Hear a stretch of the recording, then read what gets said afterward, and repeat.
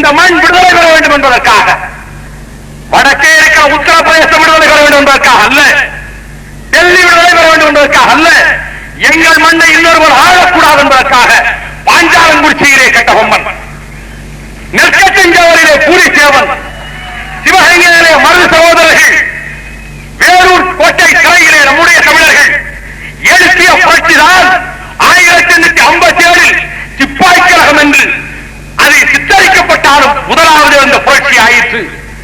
ஆனால் உதரத்தை உரைய வைக்கின்ற நெஞ்சுரத்தோடு வங்கத்திலே பிறந்த சிங்கம் நேதாஜி புரட்சி நடத்தினாலும் உலகத்தை வியக்க செய்கின்ற அகிம்சை புரட்சியை அண்ணல் காந்தியார் நடத்தினார். ஆனால் இத்தனை புரட்சிகளின் வரலாற்றை சொன்னேன் என் தலைவரே.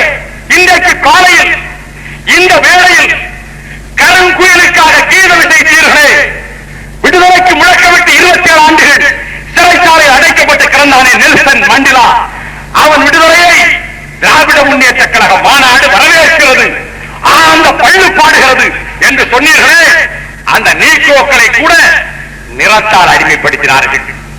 ஆனால் நம் நாட்டில், நம் தாயகத்தில், நம் தாயகமாம் தமிழ்நாட்டில் வர்ணாசிரமத்தின் பெயரா, இதிகாச வேத புராணங்களின் பெயரா, வைதிகத்தின் பெயரால், சனாதனத்தின் பெயரா சண்டாளர்கள் கலாச்சார படையெடுப்பு நடத்தி இங்கே தோளில் பிறந்தவன், நெற்றியில் பிறந்தவன், இடுப்பில் பிறந்தவன், கால் நகத்துக்கு கீழே பிறந்தவன் என்ற கொடுமை உலகம் இதுவரை கண்டும் கேட்கிறாத ஆதிக்கம், அநீதி, அக்கிரமம் நடத்தப்பட்ட போது அதை எதிர்த்து அகிலம் இயக்கின்ற புரட்சி நடத்தியவன் நம் தலைவன் தந்தை பெரியார்.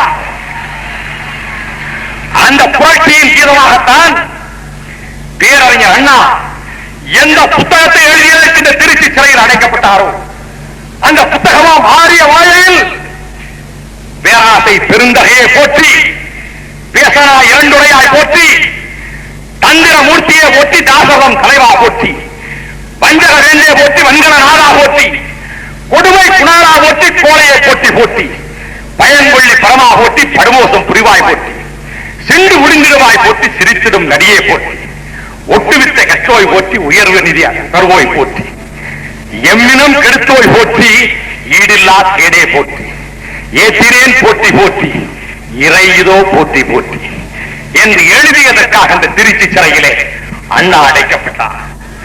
புரட்சியாளர்கள் தங்கள் வாழ்நாளிலே வெற்றிகளை காணவில்லை, வாழ்க்கையை காணவில்லை, எழுத்தாளன் ரூசோ காணவில்லை. ஆனால் தந்தை பெரியார் தன் வாழ்நாளில் தன் புரட்சியில் வெற்றியை கண்டார். வைதிகத்தின் கொடுமை, ஆரிய கலாச்சாரத்தின் படையெடுப்புமை வளைத்த போது நாமோ இனம், நமக்கென்று ஒரு வரலாறு உண்டு. ரோமேயத்துக்கு பொன்னாடை விட்டவர்கள்லாம், இத்தாலிய நாட்டு எளிதரசிகளுக்கு கொற்கை முத்துக்களை அள்ளி தந்தவர்கள்லாம், அகிலம் இயக்க வாழ்ந்தவர்கள்லாம், சீனத்தோடும் யவனத்தோடும் பழந்தீவுகள் 12,000 கலாச்சார வணிக தொடர்புகள் கொண்டவர்கள்லாம் நம் படை சென்ற இடமெல்லாம் வெற்றியை குவித்து வந்திருக்கின்றோம். இந்த வரலாறு கூட கொண்டு தம்பி, நாம் இன விடுதலை பெற வேண்டும், நம் மொழி விடுதலை பெற வேண்டும் என்ற உணர்வை எங்கள் நாடி நரம்புகளிலே, இங்கே திறந்திருக்கக்கூடியவர்களின் நாடி நரம்புகளிலே அண்ணாவும் நீங்களும் உருவாக்கி கொடுத்தீர்கள். இந்த இனம் விடுதலை பெற வேண்டும் என்று பிரிவினையை கைவிட்டோம். சாவதற்கு முன்பு அண்ணா சொன்னார், பிரிவினை கேட்டதற்கான காரணங்கள் உயிரோடு இருக்கின்றன. இந்த நாட்டில் ஒற்றுமை நிலவ வேண்டுமானால் கூட்டாட்சி தத்துவம் பரிபூர்ணமாக மலர வேண்டும். அதுவரை இந்த நாட்டுக்கு உண்மையான அதிகாரம் மாநிலத்துக்கு கிடைத்ததாகாது என்று சொல்லி வேகாத நெஞ்சோடு செத்து போனாலும் தலைவர் அண்ணா, அவர் நெஞ்சில் வளர்ந்த நெருப்பை நீங்கள் எடுத்துக் கொண்டு வந்தீர்கள். நினைவிருக்கிறவனுக்கு சரியாக 19 வருஷங்களுக்கு முன்பு இதே திருச்சியில் அண்ணா மறைந்ததற்கு பிறகு நடத்திய முதல் மாநாட்டில் நீங்கள் சொன்னீர்கள், மத்தியில் கூட்டாட்சி, மாநிலத்தில் சுயாட்சி. அண்ணாவின் எண்ணத்தை சொன்னீர்கள். இடைக்காலத்து நிகழ்ச்சிகளை சொல்லிய நேரத்தை வீணாக்க விரும்பவில்லை, நேரமில்லை. ஆனால் 19 ஆண்டுகளுக்கு பிறகு இன்றைக்கு எண்ணி பார்க்கிறேன், ஜீவனுள்ள லட்சியத்துக்கு நாம் சொந்தக்காரர்கள். அண்ணாவின் கனவு இன்றைக்கு பலித்திருக்கிறது. இனிமேல் மாநிலங்களுக்கு பூரண அதிகாரம் கொடுத்து மாநிலங்களை சமமாக நடத்தினால்தான் இந்தியா என்கின்ற அமைப்பு இருக்கும், ஒருமைப்பாடு இருக்கும் என்பதற்கு அடையாளமாக மாநில கட்சிகள் இணைந்த தேசிய முன்னணி ஆட்சிக்கு வந்திருக்கின்ற நேரம், அண்ணன் முரசொலி மாறன் மத்திய மந்திரி சபையிலே இடம்பெற்றிருக்கிற நேரம், நான் வாயிலாக அவர்கள் இன்னும் துதிவாடிக் கொண்டிருக்கின்ற ராஜீவ் காந்திக்கு சொல்வேன், நேற்றைக்கு பேசியிருக்கிறார். மாநில கட்சிகள் எல்லாம் கலைக்கப்பட்டு ஒரே கட்சியாக இந்தியாவில் உருவானால்தான் காங்கிரசுக்கு மாற்றமைப்பு இருக்க முடியும். என்ன இருமாப்பு, என்ன அகம்பாவம்! கொச்சியிலே பேசிய VP சிங் கருத்து எங்களுக்கு ஏற்றுக்கொள்ளக்கூடியது. கிடைக்கிற துண்டு ஒரு ரொட்டி துண்டென்றாலும் அனைத்து மாநிலங்களும் பகிர்ந்து கொள்ளுகிற உணர்வு நாங்கள் ஏற்றுக்கொள்ளுகிற உணர்வு இல்லை. இந்த மந்திரி சபை நீடிக்காது. இது இடைக்கால ஏற்பாடு, இது ஒரு இடைவேளை என்று யார் கருதினாலும் இந்த மாநாட்டின் மூலமாக சொல்லுகிறேன். இந்த இடைக்கால ஏற்பாடு அகற்றப்படும் என்று கருதுவீர்களானா, மாநிலங்களை மீண்டும் கொத்தடிமைகளாக நடக்கலாம் என்று நினைத்தீர்களானால் ஜலந்தரில் கேட்கிற குரல், ஸ்ரீநகரில் கேட்கிற குரல், கல்கத்தாவில் கேட்கும், கவுஹாத்தியில் கேட்கும், விசாகப்பட்டினத்தில் கேட்கும், பெங்களூரில் கேட்கும், திருவனந்தபுரத்தில் கேட்கும், எங்கள் திருவிடத்தின் தலைநகரத்திலே கேட்கும், திருச்சி மண்ணிலே கேட்கும், மதுரை நகரிலே கேட்கும். எங்கள் கொள்கை உயிருள்ள கொள்கை, தாரா வரம் பெற்ற சிரஞ்சீவி கொள்கை. எங்கள் தனித்தன்மைகளை காப்பாற்றிக் கொள்ள வேண்டும். நாங்கள் ஒரு இனம், நாங்கள் ஒரு கலாச்சாரம், நாங்கள் ஒரு மொழிக்கு சொந்தக்காரர்கள். இந்த குரல் என் தலைவரே, நீங்கள் எடுத்து வைத்த குரல் இன்றைக்கு எங்கே கேட்கிறது? பெல்கிரேடிலே கேட்கிறது, போலந்து நாட்டிலே கேட்கிறது, ருமேனியாவிலே கேட்கிறது. ருமேனிய சர்வாதிகாரி சவுசெஸ்கு, அவன் மனைவி எலினா படுகொலை செய்யப்பட்டார்கள்.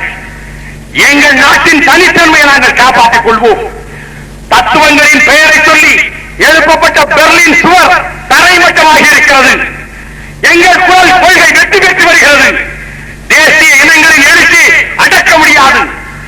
1956 மாநாடு நடத்தினீர்கள்.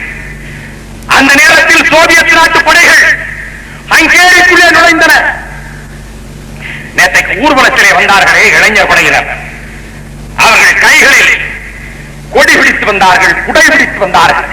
அந்த குடைகளை பார்த்தவுடன் எனக்கு ஏற்பட்ட நினைவு, ஹங்கேரி நாட்டினுடைய தனித்தன்மையை காப்பதற்கு முரசு கொட்டிய புரட்சியின் தலைவன் இம்ரி நாகி அவன் பேசத் தொடங்கிய போது பெருமழை பிடித்துக் கொண்டது. நகரத்தின் பல பகுதிகளிலிருந்து குடைகளை பிடித்துக் கொண்டு வந்தார்கள். அவன் பேச்சை கேட்டார்கள். நாங்கள் மாஸ்கோவின் ஆதிக்கத்துக்கு கட்டுப்பட்டவர்கள் அல்ல, ஒரு கட்சி ஆட்சியை ஏற்றுக்கொள்ள மாட்டோம் என்று சொன்னபோது அவன் பின்னாலே அணி திரண்டார்கள். அந்த புரட்சியை குடை புரட்சி என்று வரலாறு வர்ணித்தது. சோவியத் தாங்கிகள் ஹங்கேரிக்குள்ளே நுழைந்தன. 25,000 ஹங்கேரி மக்கள் கொல்லப்பட்டார்கள். இம்ரி நாகி தூக்கிலிடப்பட்டார், மரண தண்டனை விதிக்கப்பட்டார். எப்பொழுது திராவிடத்தின் உலக தொடர்புகள் என்று நீங்கள் பேசும்போது இம்ரி நாகிக்கு மரண தண்டனை 56. ஆனா அண்ணனே, 3 மாதத்துக்கு முன்பு அடையாளம் தெரியாத இடத்திலே புதைக்கப்பட்டானே இம்ரி நாகி, அவன் கல்லறை தோண்டி எடுக்கப்பட்டது. அந்த கல்லறைக்குள்ளே இருந்து அவன் சவப்பட்டி தோண்டி எடுக்கப்பட்டது. ராணுவ வீரர்கள் தோளில் சுமந்தார்கள் அந்த சவப்பட்டியை. 34 ஆண்டுகளுக்கு முன்பு அடையாளம் தெரியாத இடத்திலே புதைக்கப்பட்ட இம்ரி நாகியுடைய சவப்பட்டியை தோளில் சுமந்தார்கள். கோலாகலமாக விழா கொண்டாடினார்கள்.